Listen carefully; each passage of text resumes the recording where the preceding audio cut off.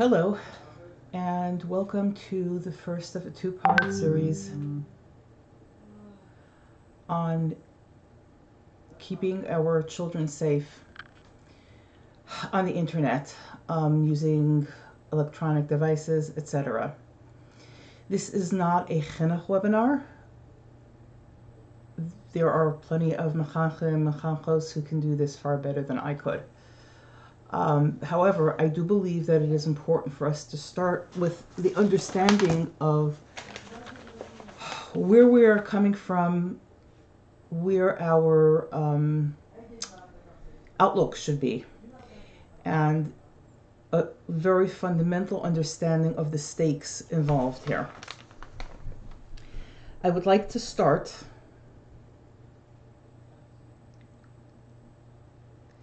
with an interview, well, not the whole interview, but an excerpt from an interview that the Novominsker Rebbe, Zechron Levracha, gave 10 years ago. This is 10 years ago. But this is an interview that Novominsker gave 10 years ago, primarily about the internet and the challenges of technology. And his summary of the issue and of the stakes involved are as profound and as succinct as anything I've ever seen.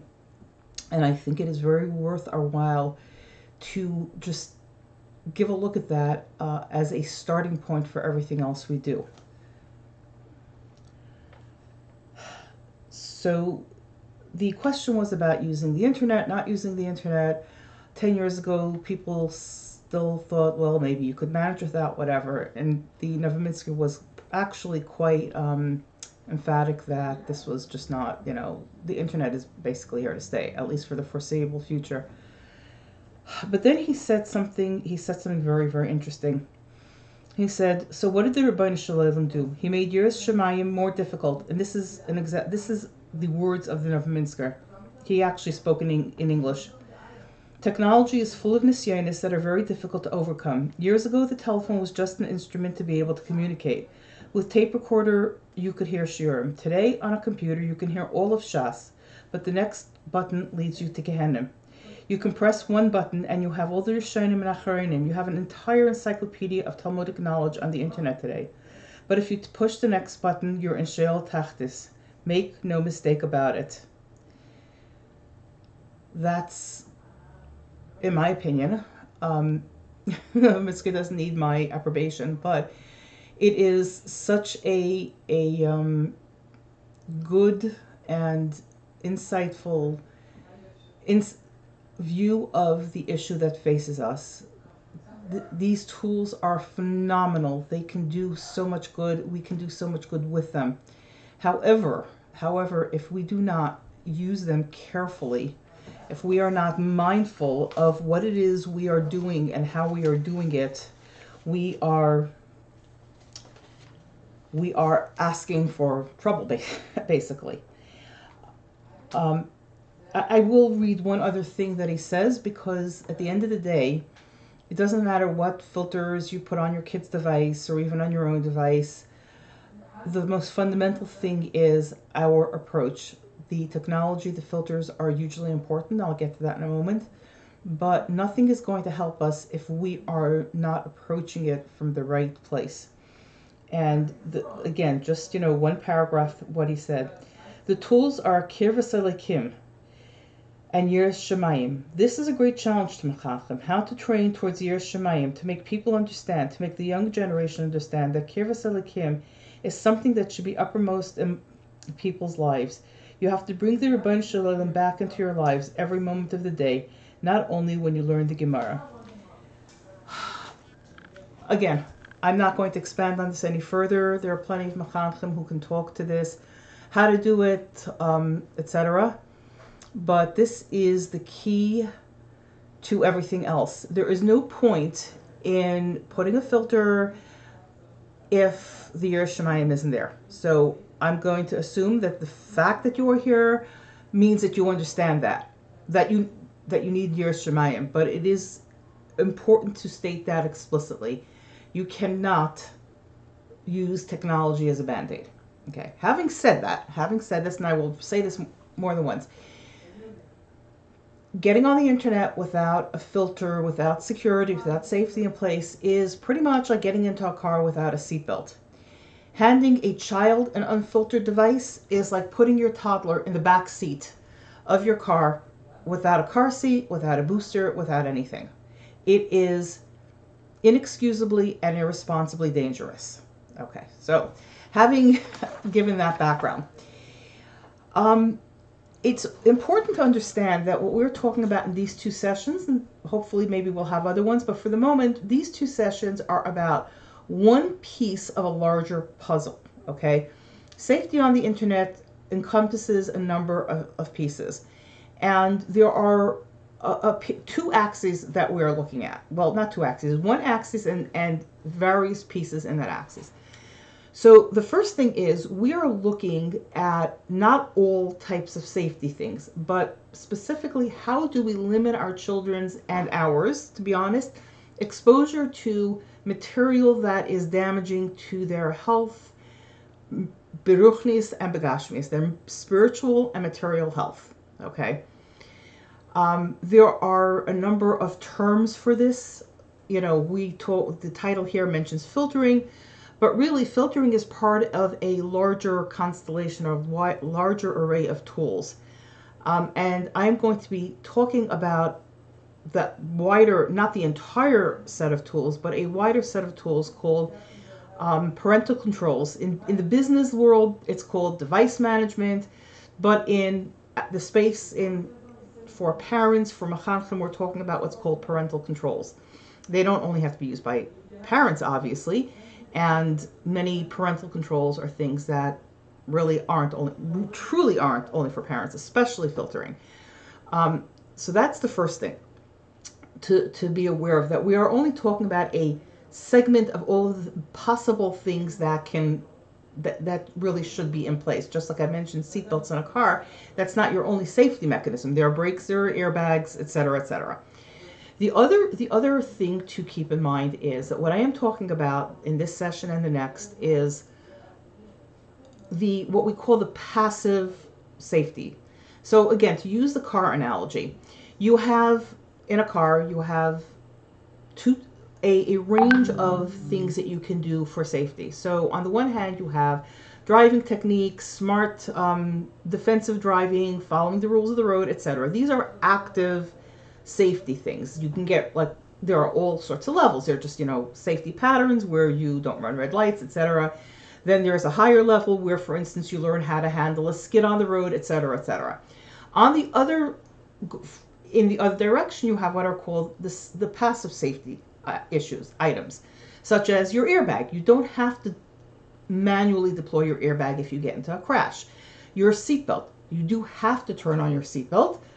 Well, not turn it on, you have to put it on, but once it's on, it's there. And that's it. You don't have to, in a crash, in a short stop or anything like that, you don't have to do anything with it. It is just there. Okay. So in these two sessions, we are talking about the seatbelts and car seats, etc., the passive restraints, etc., the things that help us make us safe just by being there and properly deployed. Now, properly is a key word here, but if you deploy these things appropriately, they will help keep you safe. So that is what we are talking about, and it's important to understand this because it's very important not to have a full sense of security. Okay. We give our kid a filtered device and everything is fine. Well, even with a filtered device, people can do, things that maybe aren't so wise. Sometimes you're dealing with you're stuck using a program that is maybe not the most secure, in which case you need to be mindful of that. And what happens when your kid leaves your house, right? Without that filtered device and goes to a friend's house, who maybe it isn't filtered, or maybe they get a little older and they manage to put together some pocket money, or they go to the library or whatever. So it is very, very important to understand the limitation of what we're talking about. Again, having said that, that doesn't mean you don't do those things. Like with a car, if you really want to be safe in a car, you also have to drive properly. But having said that, that doesn't mean, oh, well, I'm a great driver, so I'm not going to wear a seatbelt and I'm going to turn off my my airbag, and I'm going to get rid of the headrest in the back that keeps me from getting whiplash, etc., etc. No, you you learn the rules of the road. You teach your kid, you send your kid to driver's ed, etc. And you also absolutely always put on that seatbelt, and you make sure that your airbag is functional, etc., etc. So the two things are not mutually exclusive. Okay. So the first item I'm going to really touch on very, very briefly, because it's not really the kind of filtering we're really talking about here, and it generally isn't seen as part of the parental controls, is something we call spam filtering. This is specifically about email and messaging, but primarily email. And there are two reasons why spam filtering is deployed generally. One is just a pragmatic thing. There are a lot of fakers and criminals and just not very nice people who will flood your inbox, and then there are the advertisers and all this other stuff. And if you don't filter that stuff out, you can drown, and it's just there are all these scams and whatever. To give you a sense of the scope, I do not really check the statistics on my personal account. But at work, we have a high-end filter that manages the spam filtering for approximately 200 people. On a weekday when there's a lot of email flying, approximately 75 to 80% of our emails are spam. And on a Sunday or a Shabbos when there's very little email going because we are closed on those 2 days, about 90 to 95% of our emails are spam, are filtered, it's more than that actually, but are actually stopped by the filter, which tells you, like, even if we're just a pragmatic matter of filtering through all the junk, it would be a really big problem.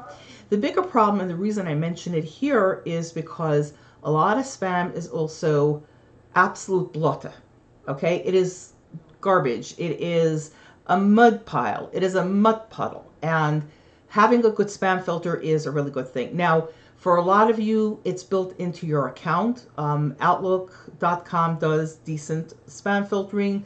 Gmail actually does a surprisingly good job of spam filtering, especially for the schmutz stuff. Sometimes at the beginning you may need to do a little tweaking, a little like report this as spam, whatever. And I strongly encourage anybody who has an email account with a vendor like Outlook or Gmail or any of the really good vendors to, whenever you see something like that, report it as spam. And if you don't have an email, if your email is from Verizon or whoever your ISP is, I'm going to very strongly suggest that you actually set up an email account with Google or Outlook.com. Those are the two I prefer for a number of reasons, which I'm not going to get into, but both of them have reasonably good spam filtering put in, and it's worth doing just for no other reason than just to have your email, your spam filtered, unless you want to set it up yourself, which is not as easy. It's not hard, but it is something you need to do, and it's just an extra layer that you have to manage. Okay. Onto the devices that we're handing our kids.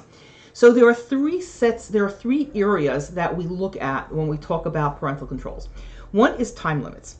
It's a simple concept, and it shows up in two different ways. One is, and this is the most common, this shows up pretty much every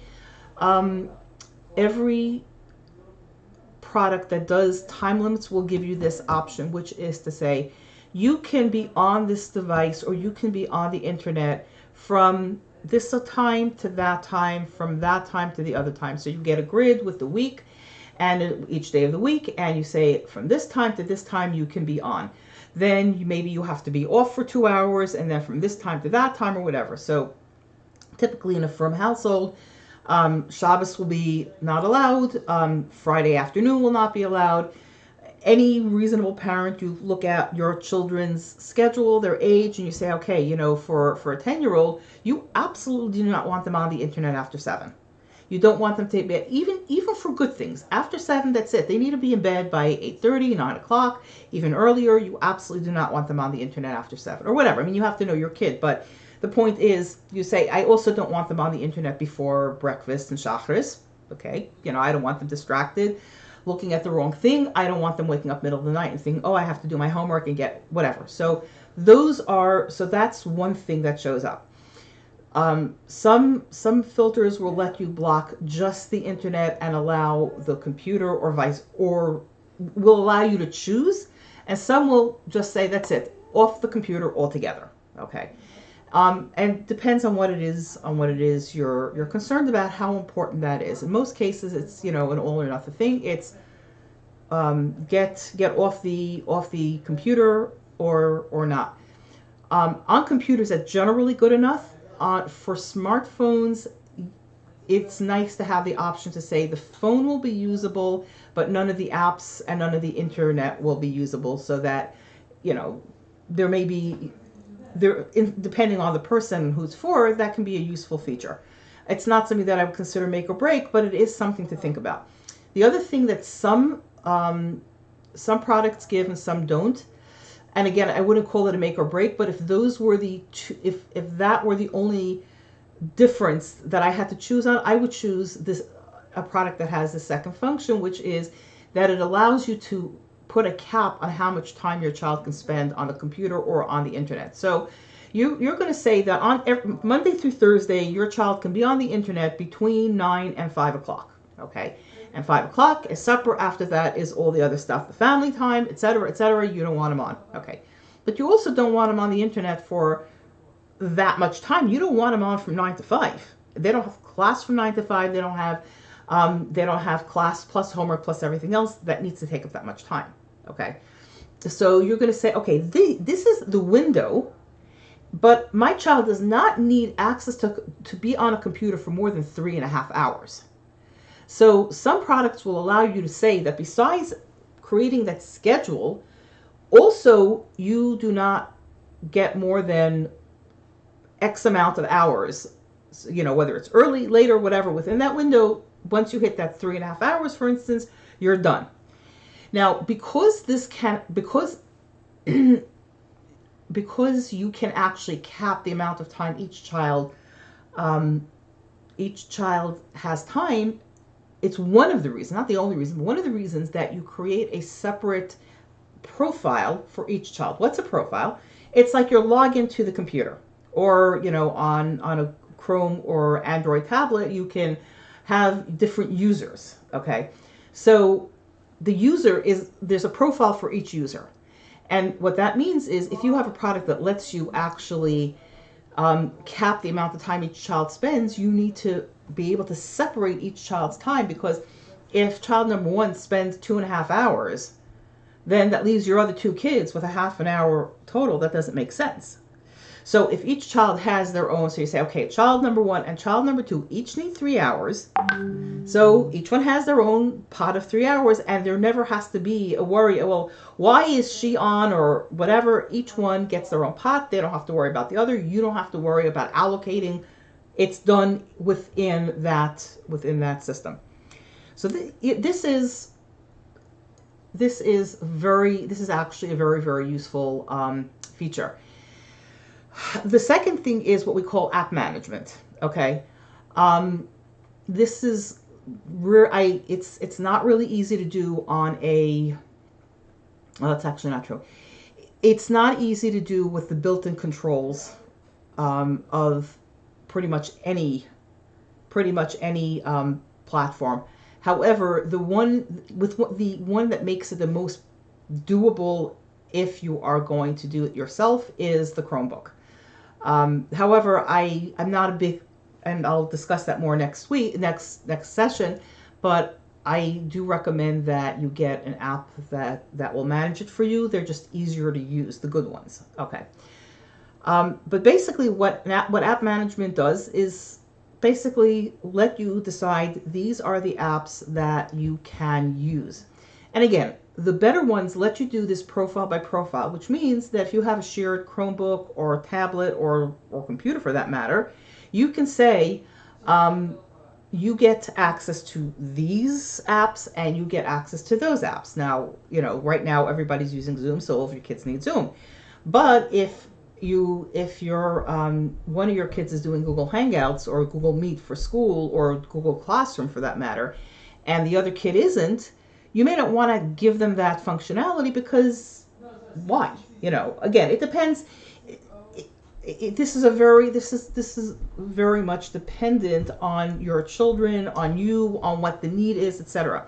But the ability to say, okay, you need access to this and you don't, is very, very useful. So you want, again, depending on what your kids need, this is something to look at when you are this is something to look at when you're looking for this, when you're looking at a at a parental control / filtering program or solution. Okay. The biggest and most complex,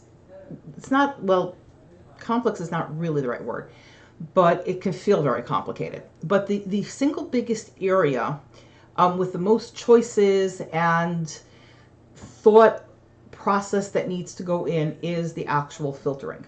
Okay. Because there are a number of pieces that go into it.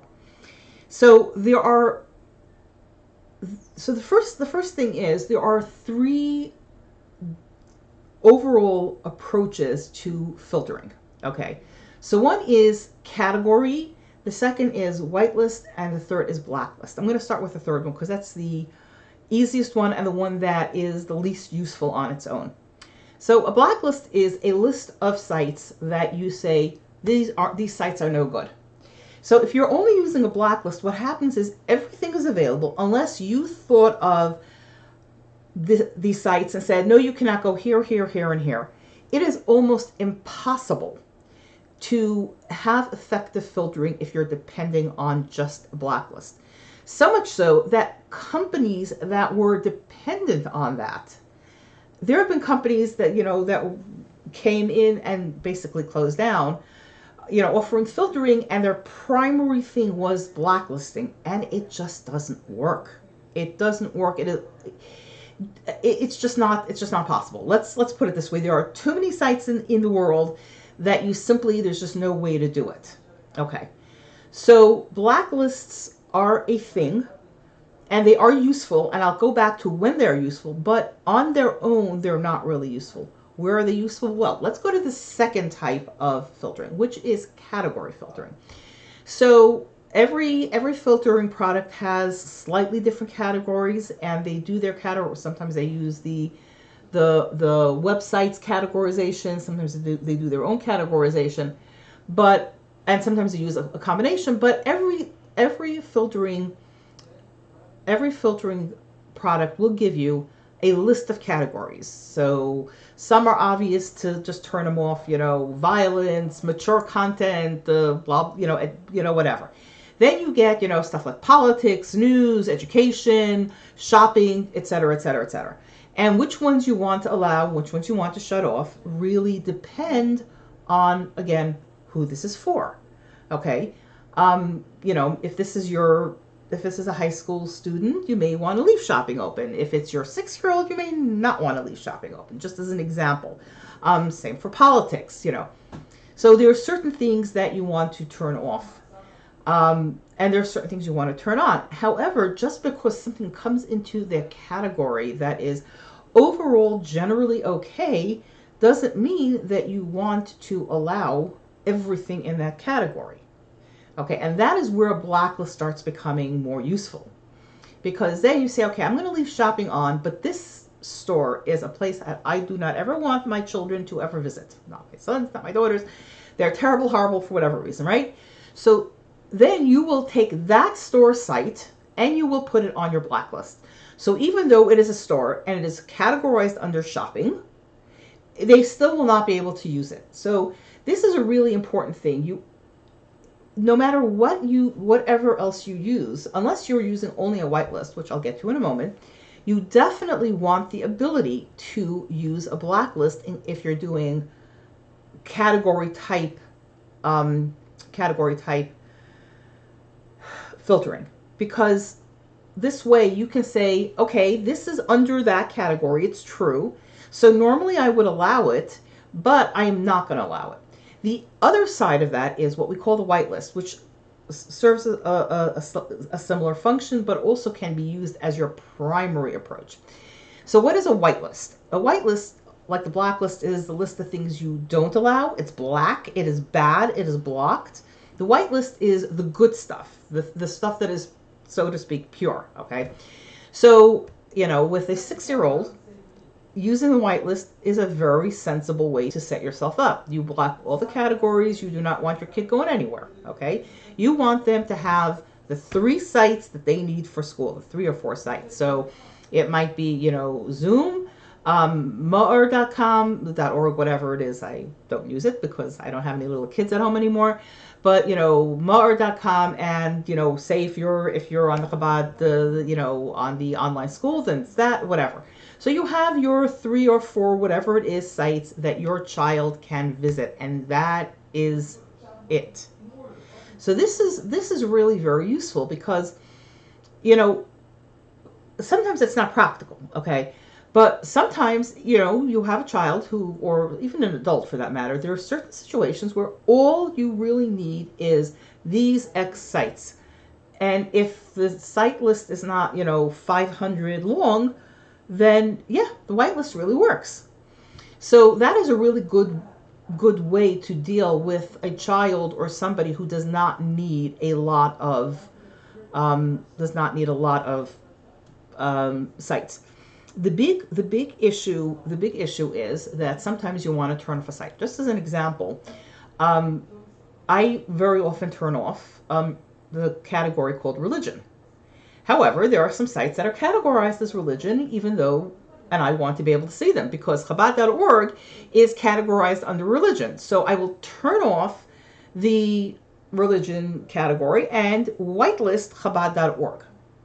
Okay, I've had it happen not just with this. I mean, I at one point my daughter was doing a research project on some illness, and she wanted to go. Kaiser Permanente has a very nice research arm, and there was some very nice research that she wanted to access, and for some reason the filter miscategorized it, and I had to go in and whitelist it because it was an absolutely legitimate site that she was going to.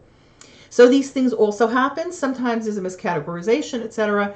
So you absolutely want the ability to say, okay, this category really needs to stay off, but this is acceptable to me, or this is actually miscategorized, and I will let the filter people know about it so they can fix their filter, but meantime, I need to be able to see it. So that is really, that is how these 3 can be used in conjunction.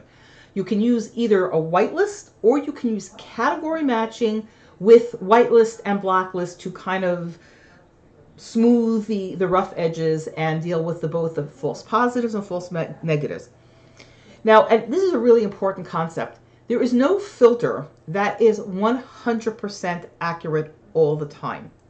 There are going to be false positives. There are going to be false negatives. A false positive is where the filter says this is blocked. This should be blocked because our categorizing engine or our advanced AI engine or whatever it is said that this is this category, and it's wrong. It is not that category. Okay, a false negative is when for some reason the filter thinks that you have allow this, and it's okay, and it's really not okay. And again, so this is why you don't ever really want to give a very young child, or even I would say a 9 or 10-year-old, and totally unsupervised access to even a filtered device. You really want to just keep an eye on things because there are going to be mistakes. Things are likely to happen. So that's kind of important. But also that's the reason why you need the ability to do whitelist and blacklist when you cannot do only whitelist. Okay. Another thing that crops up now, and by the way, the accuracy rate, when if you hear 96% accuracy rate, that sounds fantastic. It's not. You really want something that has an accuracy rate of 98%, and you have to look at, is it 99%, only 1% false negatives, but 6% false positives, or vice versa, because then you still have a fairly significant problem. Okay, whereas if you've got 98% on both, then that's what you really, really want. That's what you're looking for. Okay.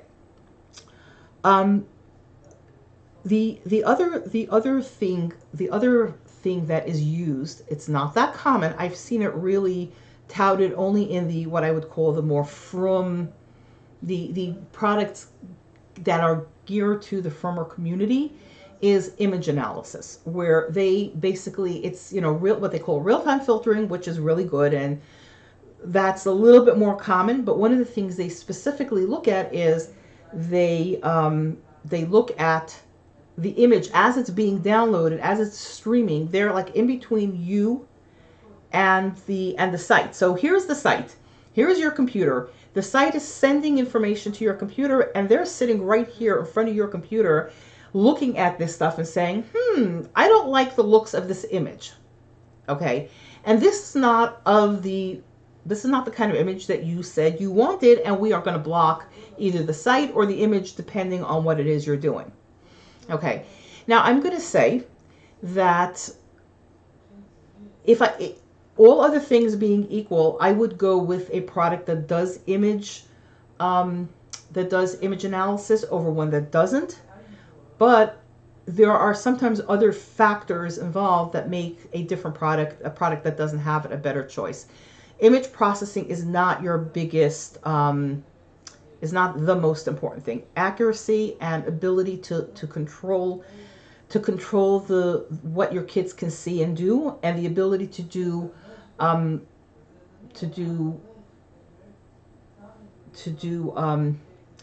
separate profiles is important. And there are actually apps that don't give you profiles. Now, for like on an iPhone, that's not really an issue, because iPhones do not allow you to do multiple users. And on Android phones, it depends. Android phones, to a certain extent, work on the assumption that it's a single user, but the current versions of Android do allow multiple users. And so if you're going to be sharing a phone, you really want to set it up that way, and then use separate profiles. So this is something that really needs to be thought about.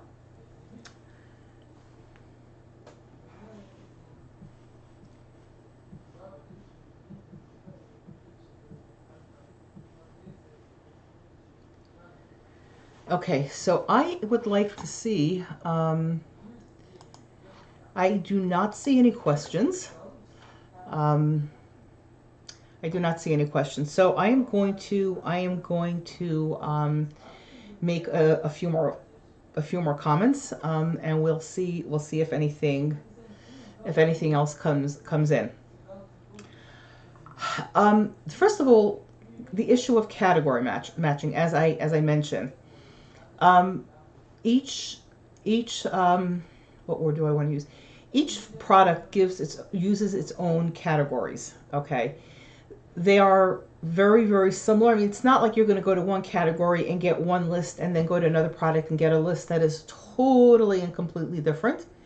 But it is important to understand that again, depending on how they do this, they may look at something differently than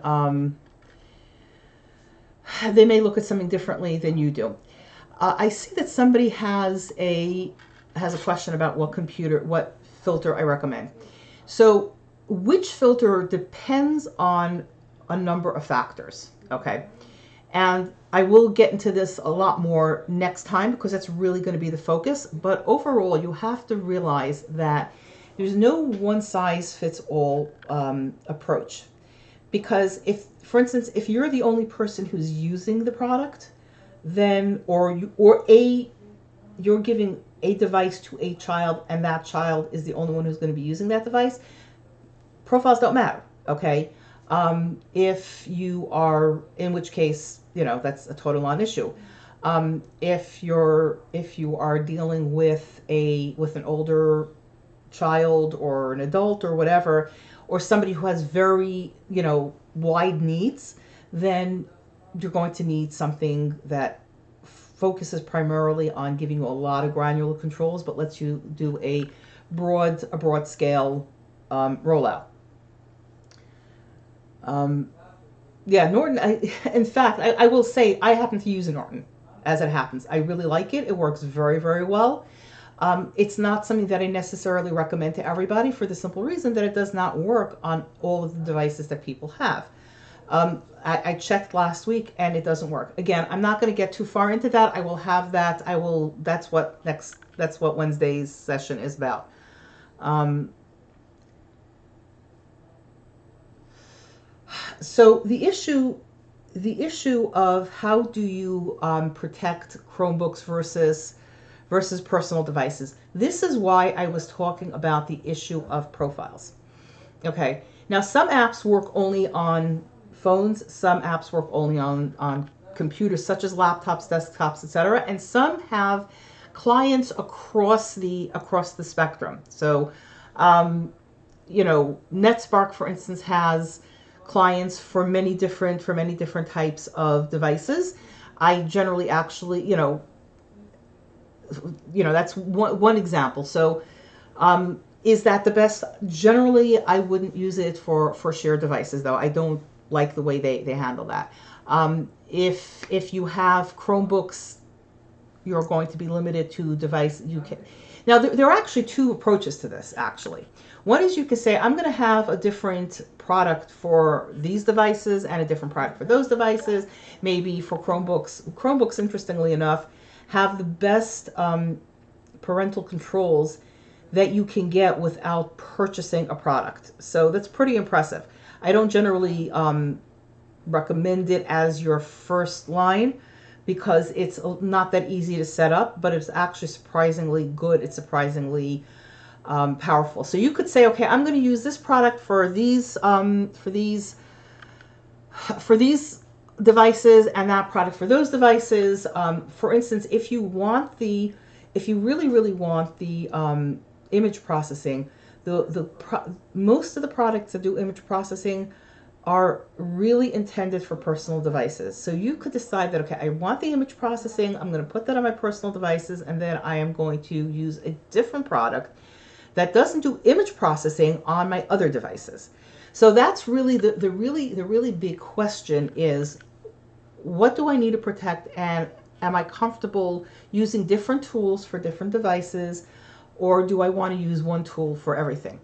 Now, to talk specifically about laptops, the key, obviously all the general stuff that we were talking about, the most important thing for a computer such as a laptop, a Chromebook, a desktop, a Mac, whatever, it doesn't really matter, that may be shared, okay, is that you have the ability to use separate profiles. It is crucial because otherwise you're going to set up one profile that has to work for everybody, and that's going to be a headache. What I do and what my kids do are two different things. Okay, my kids are adults, so, several of them are married. But when they were younger, there was no way I was creating a similar setup for them. My schedule, for one thing, was different. I wanted my kids off the computer by 9 o'clock.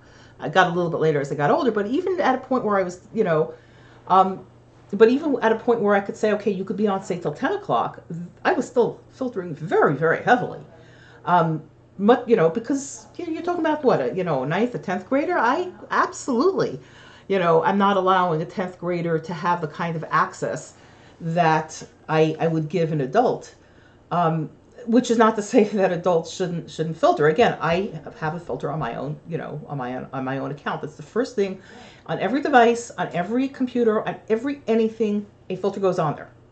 A filter goes on there, and then I add a few other layers, such as ad blocking on my browsers. So because even on appropriate sites, the ads can be a little hair raising, and so I filter. I do that. I have image blockers, etc. So there are a lot of other pieces you can do, and that would be, generally speaking, my recommendation is focus on a good filter that can let you do separate profiles for different people, so you can allow your kids, for instance, to use your computer. You have your filter that's with a somewhat lighter touch than for your children, which is going to be much more blocked down, and then add a layer so if your kid is using the browser, say, to go to for whatever reason, you're also going to put one of the add-ons to the browser that lets you block ads, that lets you block images, etc. And I do that for myself, and do that for yourself as well. If your kid doesn't need a browser per se, or again, you have a very tight whitelist of sites that you're not worried that they're going to be ads on, say, if all they're doing in the browser is going to the Google Classroom that their teacher set up, then you don't have to worry about that. So that's the really big thing that you need to be keeping in mind when you're thinking about a computer. And I will say this. I mentioned this to somebody earlier today.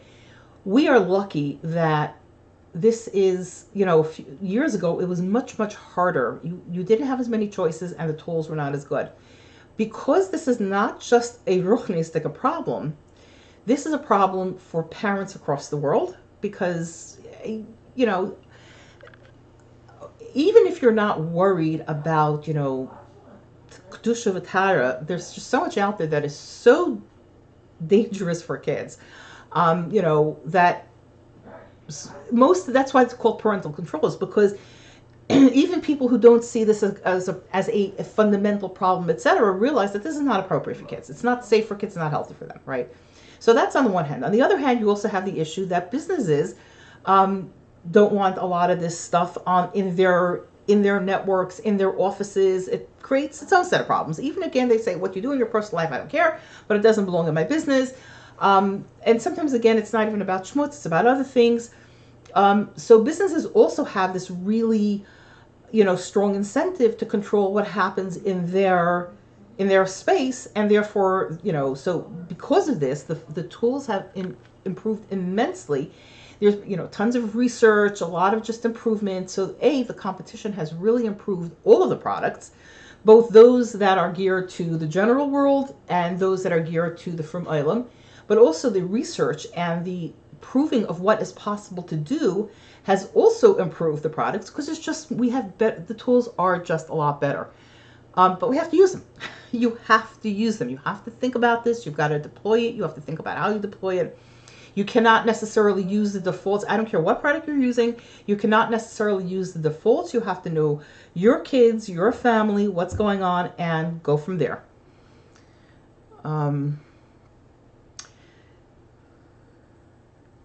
Okay, what about iMessages and GIFs, or GIFs, depending on how you pronounce them? Yes. So one thing I did not mention, and I should have, is that a lot of the good parental control software, mostly not the ones that are built into the operating systems, but most of the good parental control systems allow you to filter or manage or block social media. So specifically iMessages on the iPhone, I don't actually have an answer to. I will mention, if there is a product that does that, I will mention it next session. But in general, most of the better products will actually allow you to set limits on your child's social media, whether to block it altogether. Okay, your kid cannot have, Instagram, Snapchat, Facebook, blah, blah, blah, blah, blah. Or set limits, whether, it's filtering what they're allowed, that you have to allow with the person that they're corresponding with first, or whatever. There are the issue of social media filtering, social media activity filtering. There are a lot of different possibilities. Some just basically it's an on and off thing. It allows or it doesn't allow. Some actually give you a lot of options in how you want to, and how much you want to control, and how you go about controlling the how you go about controlling your child's social media content. Some, for instance, will say, okay, your child cannot post things like the Social Security number, which is a pure safety issue. And by the way, if you have any havamina that your kid will do something like that, and you don't want your kid sending anybody their Social Security number in social media. If somebody asks them that, then you know that they're corresponding with somebody who's not really safe for them. As far as the GIFs, generally speaking, again, it depends on how the product is configured, but that's generally going to be something that is going to depend on the image analysis. And I am not sure, honestly, I'm not that sure. how well they handle GIFs, because GIFs can be a little funny. It depends on what they are. I mean, obviously the obvious stuff, of just somebody who's, say, not, appropriately dressed, et cetera, et cetera. Those generally they should handle, if they should handle as well as they handle um, any other types of images. I'm a little more concerned about emojis and those kinds of things, which can also be inappropriate. And again, this is one of the reasons why why you don't want to give, especially a younger child, just total unsupervised access. Talking about unsupervised access, there is one other thing that really is important to think about. Some of the products do give you reporting. Either they'll send you reports, or you can log into a console and see on the activity of everybody. And again, depending on the product and depending on the level that you purchase, because some have different levels, they will give you more or less detail. Some products do not give you any reporting. Interestingly enough, the products at least two of the products that are geared for the from Eilem, that are very, very heavily recommended, do not give you reporting, and I really don't understand why. And I will say, I am not with older kids. Okay, if you're talking about, say, a 12th grader or a 60, 70-year-old, I would use the reporting a lot. I would be a lot less likely to use the reporting. You want to give your kids a little bit of space, unless, again, I say a lot less likely. I don't say never, because you have to know, again, your own kids, whatever. And in any case, at any age, if you are using the reporting, your kids need to know that you're doing this.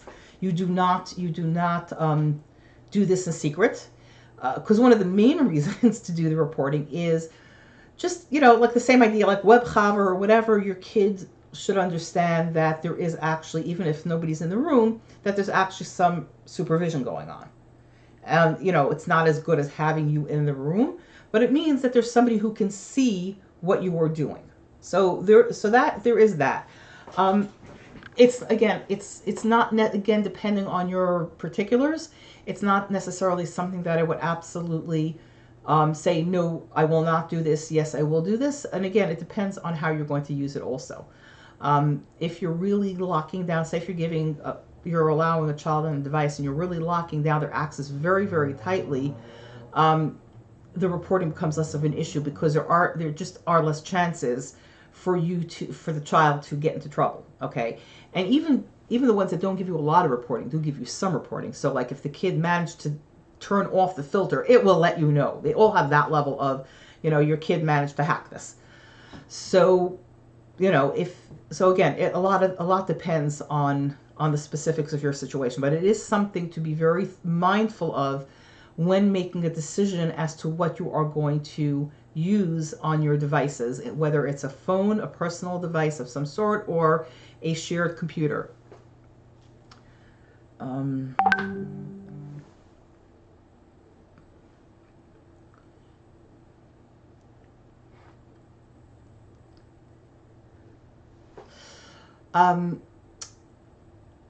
I will say one other thing about reporting.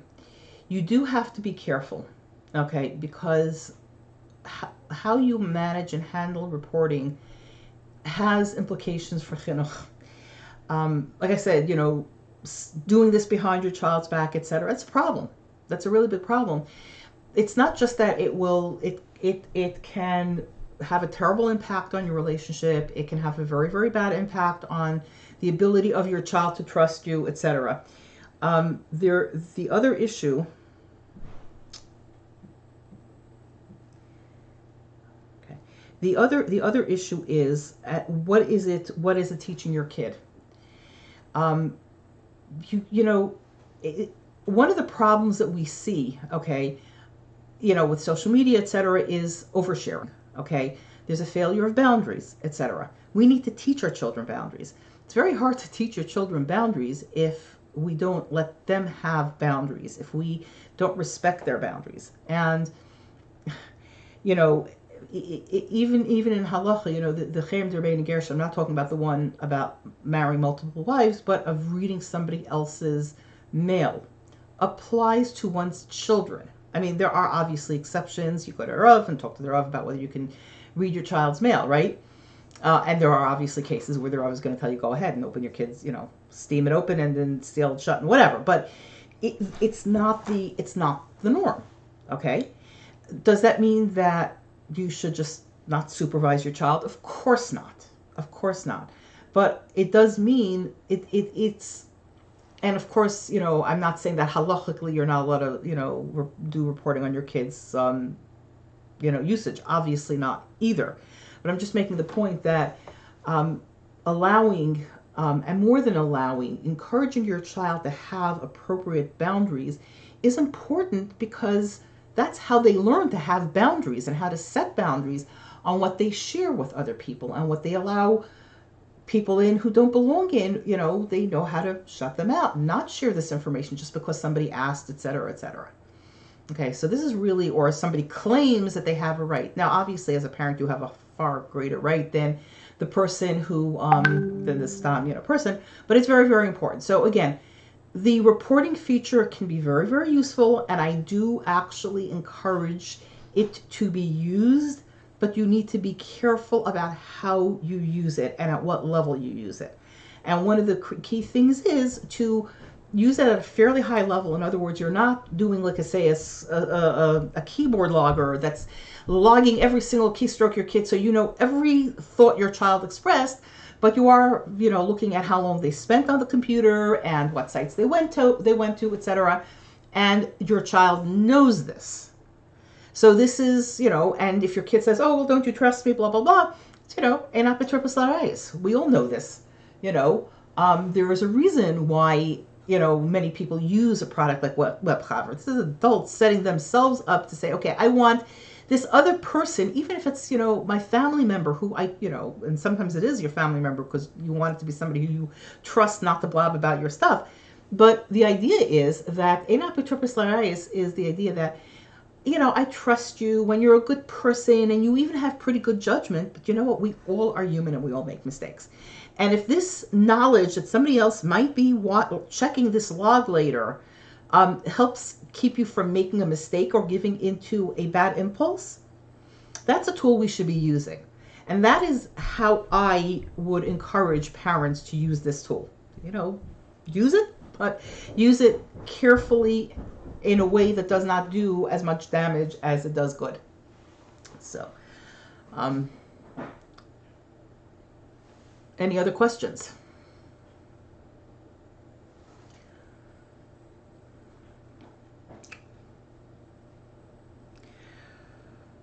Okay, so I'm going to wrap this up then.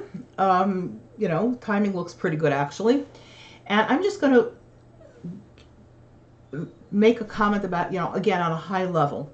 It is important to set these things up as well as possible, but it's important to understand two things about filtering. The most important thing is there's no such thing as a free lunch, okay? Getting this done right is always going to require an investment. Usually it's going to require an investment of money and time. Occasionally you can do this without investing money, but it's going to take a lot more time and effort on your part. Okay? On the other hand, don't think, oh, well, I'm going to throw money at it and I'm going to be able to not spend any time. It doesn't really work that way. Yes, using money will help you spend less time, but at the end of the day, it's just not, it's like you have to still put on the seatbelt. And if your kid is taking the car, you need to know, where they're supposed to be going and etc. Car analogy isn't quite that good, but this is an issue that is not cost free. And like I said, the cost can be money, it can be time. It's usually a little bit of both. And and I get the budgets are tight. I really, really do. But it is very important when you budget for the purchase of a device that you explicitly budget for the cost of the filtering that you're going to need to do. Some filters are much more expensive than others. Some are a cost actually can be interesting because some filters look more expensive, but they actually, if you have if you have a large family, then the more expensive filter may come out less expensive, because you can put, say, if you need to put 10 people on a filter and that filter costs you $100 a year, then it's actually less expensive than the $30 filter that requires a separate license for each person. On the other hand, if you're only using it for yourself, as an example, or for your child because everybody else's stuff is filtered differently, then it makes sense to go with $30 filter because you only have the one device. So and I'm a little bit, my numbers are a little bit off here because they keep on shifting. Every 3 months the prices change. But that's the kind of thing you have to look at. Which one gives me the best cost? But you do have to factor that in when I decide, okay, I want to get a new smartphone. What's it going to cost me? And how much can I afford, right? So if my budget is $250, then I need to say, okay, do I already have a filter that I can transfer from my existing smartphone to my new one? Fine. If I do not, then I can only spend $250 minus whatever the filter is going to cost on the actual phone, because the filter is part of the cost of having that phone. And that, by the way, is true not just for your kids, but for yourself. Whether it's a computer, whether it's a Chromebook, whether it's a personal device, a shared device, it doesn't matter. If that thing is going to be in your house, in your use, in the use of your children, you must have something like that in place. It's like saying, well, I want my kid to ride a bike and I can't afford a helmet, so I'm going to let him go without a helmet. Well, that's a really, really bad idea. Okay? This is worse than, by the way, letting your kid ride without a helmet. It's literally like letting your kid get into a car without any sort of restraint. It's like you getting into a car without a seatbelt. And if anybody has ever been rear-ended or had a skid on ice, you will understand why I use that analogy, because seatbelts literally save lives, and filters literally, they're not foolproof, but they literally save souls. They really do save neshamas.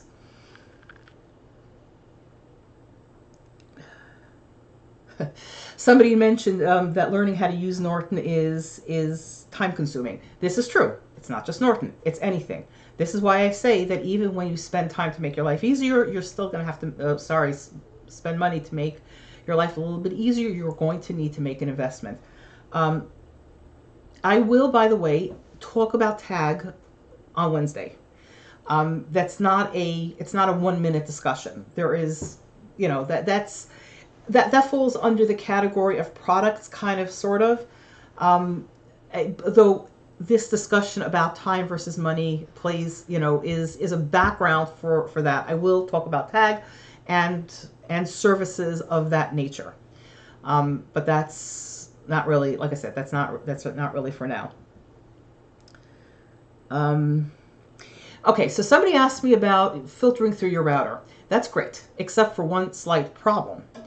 Well, for two problems. One is that only really works if you either have a router with quite a bit of capacity, or you have and everything can go through that router. If not, then it can get a little bit tricky to make sure everything is filtered. Okay. The other problem is that can work reasonably well. Say you have two computers and one, that stay in the house, they don't go anywhere, and you're filtering through your router.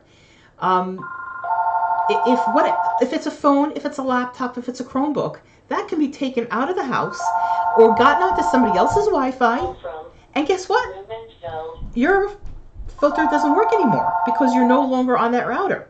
You want something that's tied to the device, so that, again, if it's a desktop is one thing. If it's something that stays in your house, that you can guarantee stays in the house, nobody's picking up a desktop with the monitor, putting the monitor under one arm and the desktop on the other arm and finding a plug somewhere, and plugging it in.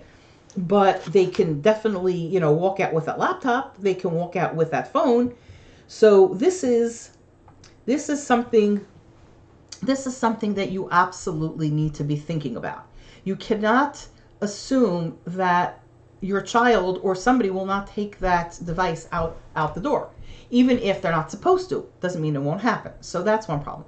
The other problem is filtering through your router generally is more difficult and more more expensive, more expensive than the software products.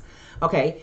At work, for instance, I actually do have a hardware filter. It's part of, we have this very expensive, elaborate firewall threat management, infrastructure, and part of that is our filter. But the reason that works for us is most of our stuff is plugged into our network, and I am not as worried about somebody taking a device out the door.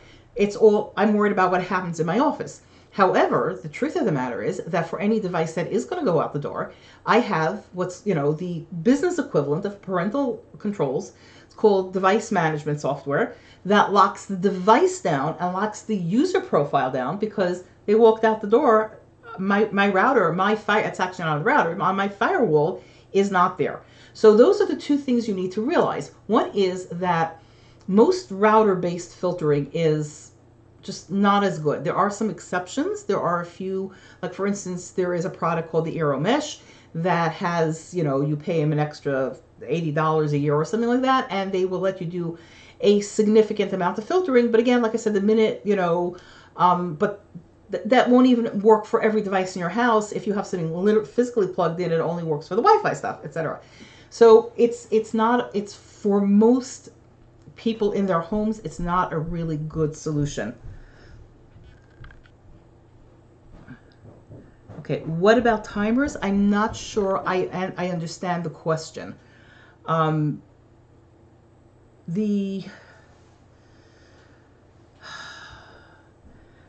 Okay, somebody just said you can put you can put anything on a timer. It depends on how you set it up, etc.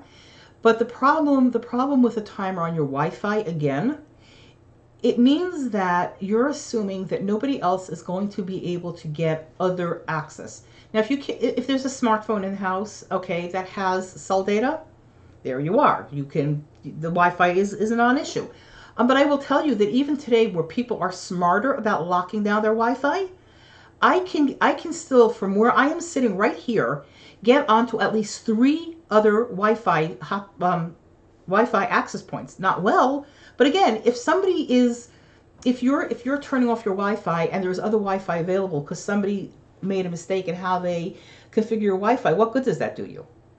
It is very, very important to keep in mind that you need to, I will repeat this again, any solution that depends on the device being connected to a specific network is inadequate, with, like I said, the exception of a full-size desktop that has a separate monitor, because that's almost impossible. I'm not going to say it is impossible, but it's impractical to walk out with. Anything else, and also, a full-size desktop with a separate monitor that is not using Wi-Fi. Anything else is subject to the possibility of getting another connection. So that's just not going to work. Okay. So this is the key thing. The timer that is tied to the device or the user says, okay, after 7 o'clock, kaboom, Shabbos, kaboom, it's just not there. But that is tied to the device, so even if you take it out, you shouldn't have this problem. But if your kid decides, whatever, that they're taking it, even if you just want to shut it off, an hour before Shabbos, or you want it like in the middle of the night, right? If your kid decides to do that, you shut off your Wi-Fi, that's great. But if your next door neighbor or the upstairs neighbor or somebody else has a Wi-Fi point that was either misconfigured, or is maybe the person stupid and doesn't realize that when your kid asks for the password to the Wi-Fi, that they maybe shouldn't give it to them, or whatever, right? Whatever it is, you turned off the Wi-Fi and somebody found a way around that. It's way, way, way too easy to find a way around that for that to be a useful way of managing this. Okay. Let me see if there are any other questions here. Okay. Yeah. So I think that pretty much covers it. Unless anybody is, unless anybody has any last second questions, I think we are going to wind down. Again, just a reminder: filtering is not optional. Filtering, to be effective and to be useful, needs to be tied to the person and to the device, not to your home, because it is way too easy, and not even necessarily on purpose. I've seen this, I've seen these kinds of situations happen where somebody, in good faith makes a mistake or does something and then forgets to change it or whatever, and it's just too easy for that to go wrong. On top of which, it's actually a lot harder to manage that. What I recommend for just this is the last thing. What I recommend for teenagers on their phone is a filtering option that's tied to their phone and their profile that has a scheduling option. Every filtering product that I know of has that kind of capacity. So you set up that filter, and if your daughter logs in, or your son, whatever, if your teenager logs in as themselves, or they log into this phone that is set up that after 10 o'clock, that's it, then that is the end. The good, and I've tested it. The good products work. You say that such Chaya Mushka, your 14-year-old Chaya Mushka cannot get online after 10 o'clock. She will not be able to get online after 10 o'clock if she's logging in as herself. Now, if she has a secret login and a secret device that you don't know about, now you have a problem. But in that case, it's quite possible that she's going to be logging in, not on your Wi-Fi anyway. So again, if you need to keep a kid from getting on the internet middle of the night, that's what the timers, that's what the scheduling, that's what the time limits on these products are for. Keep your kids' access within a reasonable time limit. That is what it's for. Use it. Okay. Last question, just so everybody understands where I'm coming from. So I have been managing the IT. I am the CIO of the Jewish Community Council of Coney Island. We have 5 sites, like I said, close to 200 users, and one of my big responsibilities is making sure that our networks, our devices, our users are secure, that they don't play any hanky-panky with our devices. And let me tell you, that's a really big issue. We, again, even just from that point of view, I've had to really keep up with developments. And I had a situation where we had a driver who put a red light app on their JCC issue cell phone, and we basically told her if she ever does something like that, that would have severe repercussions.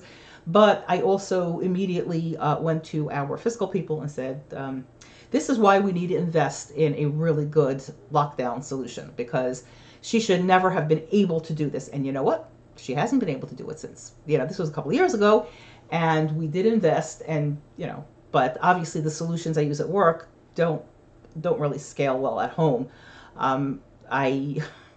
Again, from personal experience, I would never consider using what we use at work in my house. But I've been, filtering. I've been dealing with this, issue on a personal level for a lot longer than a lot of people realized. I remember, if some of you may not remember, but when my kids were in high school, there was this back and forth about, should we tell the kids they're not allowed to, access the internet? And I approached Marta Tell, actually, and I said, the internet is a problem. And a lot of people don't realize, but also a lot of people think that it's, you can't make it safe. And then there are a lot of people who just don't realize how dangerous it is. And I really think we need to reach out to the parents and make them understand that this is really dangerous. And I actually wound up doing, this was the first time I did a session like this. And, I've been doing this on an individual basis, since dealing with this stuff. So, Like I said, I do this on a what you might call on a commercial level, as part of my larger job of just making sure that our internet works. And by the way, this is I'm gonna I felt this important to say, because one thing that I hear a lot is, well, I heard from this one, I heard from that IT the person, blah blah blah, that if you use these filters, then it's going to slow down your internet, it's going to make it impossible to do this, that, and the other, blah, blah. And I am here to tell you that is not true. Good filtering does not keep you from doing what you need to do, unless what you need to do is something that maybe you really don't need to do and you shouldn't be doing. I hate to sound flippant about it, but that is the truth. There is absolutely, I've seen this stuff in so many times, I've heard it so many times. It is absolutely not true. You absolutely can do what you need to do on a internet connected device. You need to make the time and effort and investment to protect your device.